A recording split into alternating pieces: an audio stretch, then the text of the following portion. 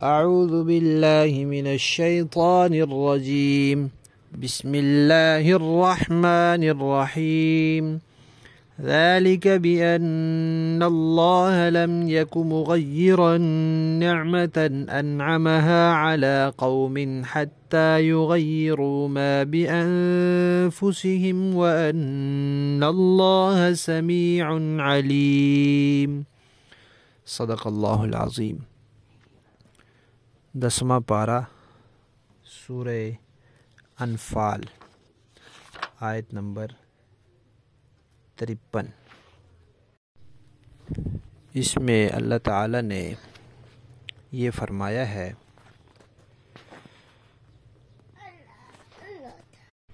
کہ اللہ تبارک و تعالی جب کسی قوم کو کوئی نعمت عطا فرماتے ہیں تو اللہ تعالی بلا وجہ پھر وہ نعمت ان سے واپس نہیں لیتے، نعمت چھینتے نہیں ہیں۔ وہ لوگ خود جب اس نعمت کی ناقدری ناشکری کریں تو پھر اللہ تعالیٰ وہ چھین لیتے ہیں۔ لوگ جب تک نعمت کی قدردانی کرتے رہتے ہیں اللہ تعالیٰ ان کو وہ نعمت دیے رکھتے ہیں۔ یہاں جو مضمون چل رہا ہے وہ تو یہ چل رہا ہے کہ مکہ کے جو کفار تھے وہ تھے تو مشرک، بد عمل تھے، لیکن ان کے کچھ اعمال اچھے تھے۔ ایک یہ کہ مہمان نوازی کرتے تھے، حاجیوں کی خدمت کرتے تھے، بیت اللہ کی خدمت کرتے تھے۔ تو اللہ تبارک و تعالی نے ان اعمال کی وجہ سے ان کو کچھ نعمتوں سے نوازا ہوا تھا۔ ایک تو یہ کہ عرب کے اندر جہاں بڑی بد امنی تھی اور بڑی لوٹ مار تھی، کوئی قافلہ کہیں سلامت نہیں جا سکتا تھا، ان لوگوں کو یہ نعمت ملی ہوئی تھی کہ ان کے قافلے آرام سکون سے جاتے تھے، ملک شام یمن واپس آ جاتے تھے۔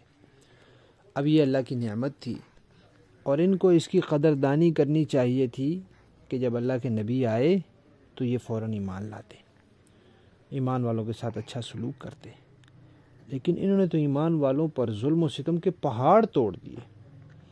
مہمان نوازی کرنے کے بجائے اللہ کے نبی کے خاندان کا بائیکاٹ کر کے ان کا کھانا پینا بند کر دیا۔ حاجیوں کی خدمت کرنے کے بجائے مسلمانوں کا حرم شریف میں داخلہ بند کر دیا۔ مسلمان وہاں سے نکل کر مدینہ گئے تو انہوں نے پھر ان کو وہاں بھی چین سے نہیں رہنے دیا۔ تو اللہ تبارک و تعالی نے فرمایا کہ اس لیے پھر ہم نے ان کو سزا دی۔ بدر کے میدان میں جب آئے تو خوب مار کھائی انہوں نے۔ تو یہ اللہ تعالیٰ کا ضابطہ ہے کہ جب اللہ تعالیٰ نعمت دیتے ہیں تو بندہ خود اس نعمت کی ناشکری کر کے اس اپنے آپ کو محروم نہ کر لے، اللہ تعالیٰ تب تک اس کو محروم نہیں کرتے۔ لہذا جو بھی نعمتیں اللہ تعالیٰ کی دی ہوئی ہیں ان کا شکر ادا کرتے رہنا چاہیے اور ان کی قدردانی کرنی چاہیے۔ اللہ تعالیٰ ہمیں اس کی توفیق عطا فرمائے۔ بسم اللہ الرحمن الرحیم نحمدہ ونصلی علی رسولہ الکریم اما بعد۔ نبی کریم صلی اللہ علیہ وسلم کا ارشاد ہے کہ مالداروں کے لیے اور صحت مند تندرست کے لیے زکوٰۃ حلال نہیں ہے۔ ایک مرتبہ نبی کریم صلی اللہ علیہ وسلم کی خدمت میں 2 آدمی حاضر ہوئے۔ آپ صلی اللہ علیہ وسلم اس وقت صدقات تقسیم فرما رہے تھے، تو انہوں نے بھی آ کے کچھ مطالبہ کیا، سوال کیا، تو حضور نے ان کو نگاہ اٹھا کر دیکھا اور سر سے پاؤں تک سارا دیکھا کہ یہ تو بالکل تندرست ہے، توانا ہے۔ تو آپ نے فرمایا کہ اگر تم چاہو تو میں تمہیں دے دیتا ہوں، لیکن یہ جو مال ہیں ان میں مالداروں کا حصہ بھی نہیں ہے اور ایسے تندرست توانا لوگوں کا حصہ بھی نہیں ہے جو خود کما سکتے ہیں، کمائی کے قابل ہیں۔ تو اس سے معلوم ہوا کہ جو کوئی چاہے غریب ہو لیکن اگر وہ کمائی کے قابل ہے تو اس کے لیے اجازت نہیں ہے کہ وہ لوگوں سے صدقہ زکوٰۃ وصول کرے اور غریبوں کا حق مارے اور خود ہاتھ پہ ہاتھ رکھ کے بیٹھا رہے۔ مشہور واقعہ ہے کہ ایک صحابی حضور کی خدمت میں حاضر ہوئے تو حضور نے ان کو کچھ دینے کے بجائے کہا کہ تمہارے گھر میں جو کچھ ہے وہ لے آؤ۔ تو ایک کمبل تھا اور ایک پیالہ تھا، وہ لے آئے۔ حضور نے اس کو بیچ دیا، نیلام کر دیا اور 2 درہم مل گئے۔ آپ نے فرمایا 1 درہم سے گھر کا کھانا راشن پہنچاؤ اور 1 درہم سے کلہاڑی لے کر آؤ۔ وہ لے آئے۔ حضور نے اس میں خود اپنے دستے مبارک سے کلہاڑی کا دستہ لگایا اور کہا کہ جاؤ جنگل کی لکڑیاں بیچو اور 15 دن تک ادھر نظر نہیں آنا، مطلب 15 دن تک پھر دوبارہ ادھر چکر نہیں لگانا، یہی کام کرو، بس آؤ لکڑیاں کاٹو بیچو اور باقی اپنے فرائض پورے کرو۔ 15 دن بعد جب وہ تشریف لائے تو انہوں نے اپنی محنت سے لکڑی کا کاروبار کر کے 10 درہم کما لیے تھے۔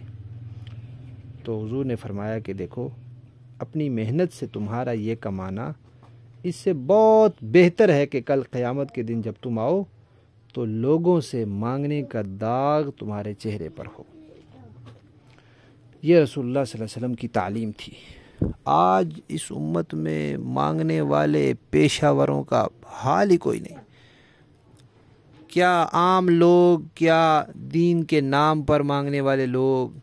اللہ تعالیٰ ہی ہمارے حال پر رحم فرمائے کہ اچھے بھلے ٹھیک ٹھاک لوگ، بس عادت پڑ گئی ہے کہ لوگوں سے صدقہ زکوٰۃ لے کر ہی کھانا ہے اور خود محنت نہیں کرنی، خود نہیں کمانا۔ تو ایسے لوگوں کے لیے یہ بالکل حلال نہیں ہے اور جائز نہیں ہے، ان کو اللہ کا خوف کرنا چاہیے۔ اس لیے علماء نے لکھا ہے کہ پیشہ ور لوگوں کو دینا بھی جائز نہیں، خصوصاً اگر کوئی مسجد میں کھڑے ہو کر یا مسجد کے دروازے میں آ کر، اللہ کے گھر میں آ کر اپنی ذات کے لیے لوگوں سے مانگتا ہے، اس کو بالکل نہیں دینا چاہیے۔ مسجد میں کوئی مانگے دین کے لیے، مسجد مدرسے کے لیے، دین کے کام کے لیے اگر کوئی مانگتا ہے اس کی گنجائش ہے، اپنی ذات کے لیے کوئی مانگے اس کو بالکل نہیں دینا چاہیے۔ اور ویسے بھی پیشہ ور بھکاریوں کو نہیں دینے چاہیے جو حقیقی معنی میں مستحق ہوں اور بیچارے کما نہ سکتے ہوں، معذور ہوں یا خواتین ہوں، بیوہ ہوں، چھوٹے بچے ہوں، اس طرح کے جو ضرورت مند ہوں ان کو دینا چاہیے۔ بسم اللہ الرحمن الرحیم، نحمدہ ونصلی علی رسولہ الکریم، اما بعد۔ زکوٰۃ یا قربانی کے لیے جو چیزیں دیکھی جاتی ہیں کہ انسان کے پاس ہیں یا نہیں اور کتنی ہیں، وہ کل 5 چیزیں ہیں۔ نمبر 1، سونا۔ سونا چاہے کسی بھی شکل میں ہو، استعمال میں ہو یا نہ ہو، زیور بنا ہوا ہو یا ڈلی ہو سونے کی، جس شکل میں بھی ہو سونا۔ اور نمبر 2، چاندی۔ چاندی بھی اسی طرح ہے، چاندی کا زیور ہو، چاندی کا کوئی برتن رکھا ہوا ہو، چاندی کی ویسے ڈلی رکھی ہو۔ نمبر 3، نقد بچت رقم۔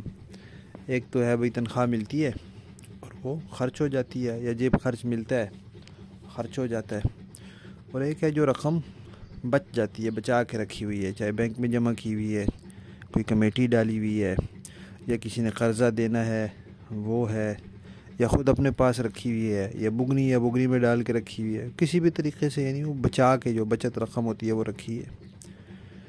اور چوتھی چیز ہے کاروبار کا سامان، تجارت کا سامان، خرید و فروخت کا سامان۔ جو بھی چیز بیچنے کی نیت سے خریدتا ہے انسان کہ یہ بیچ کے نفع کماؤں گا، وہ جانور ہو، وہ پلاٹ ہو، وہ دکان کا سامان ہو، وہ گھر میں کپڑے لے کر انسان بیچے، کوئی بھی چیز ہو، تو یہ تجارت کا، کاروبار کا سامان شمار ہوتا ہے۔ اور 5ویں چیز ہے گھر کا ضرورت سے زائد سامان۔ ضرورت سے زائد سامان کا مطلب ہے کہ ایسا سامان جو عام طور پر استعمال نہیں ہوتا، کسی خصوصی موقع پر یا ہنگامی موقع پر ہی استعمال ہوتا ہے، یا بالکل استعمال ہی نہیں ہوتا۔ جیسے بعض گھروں میں شیلف کے اوپر برتن سجا کے رکھے ہوتے ہیں، اب وہ سجے ہوئے ہیں، کب بھی کوئی مہمان آئے گا، کوئی خوشی غمی کا موقع آئے گا تو اتریں گے، ورنہ رکھے ہوئے ہیں بس۔ اسی طرح بعض اوقات پیٹی میں بستر رکھے ہوتے ہیں اضافی بنا کر کہ کبھی ضرورت پڑ جاتی ہے، ظاہر بات ہے کبھی ضرورت پڑ ہی جاتی ہے، مہمان زیادہ آ جاتے ہیں، خوشی غمی کا کوئی موقع ہو جاتا ہے۔ اسی طرح گھر میں کوئی مشینری یا کوئی چیز رکھی ہوتی ہے، وہ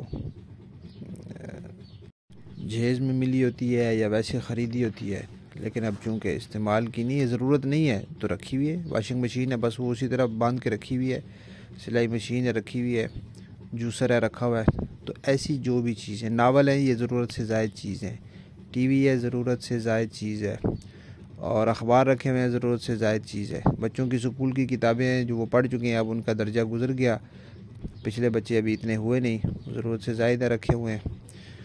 تو ایسی چیزیں ساری یہ 5ویں چیزیں، ان میں سے پہلی 4 چیزیں ان کو ملا کر زکوٰۃ کا نصاب پورا ہوتا ہے، اور 5ویں چیز جو ہے اس کو پھر ساتھ ملا کر قربانی کا نصاب پورا ہوتا ہے۔ مزید تفصیل انشاءاللہ کل عرض کریں گے۔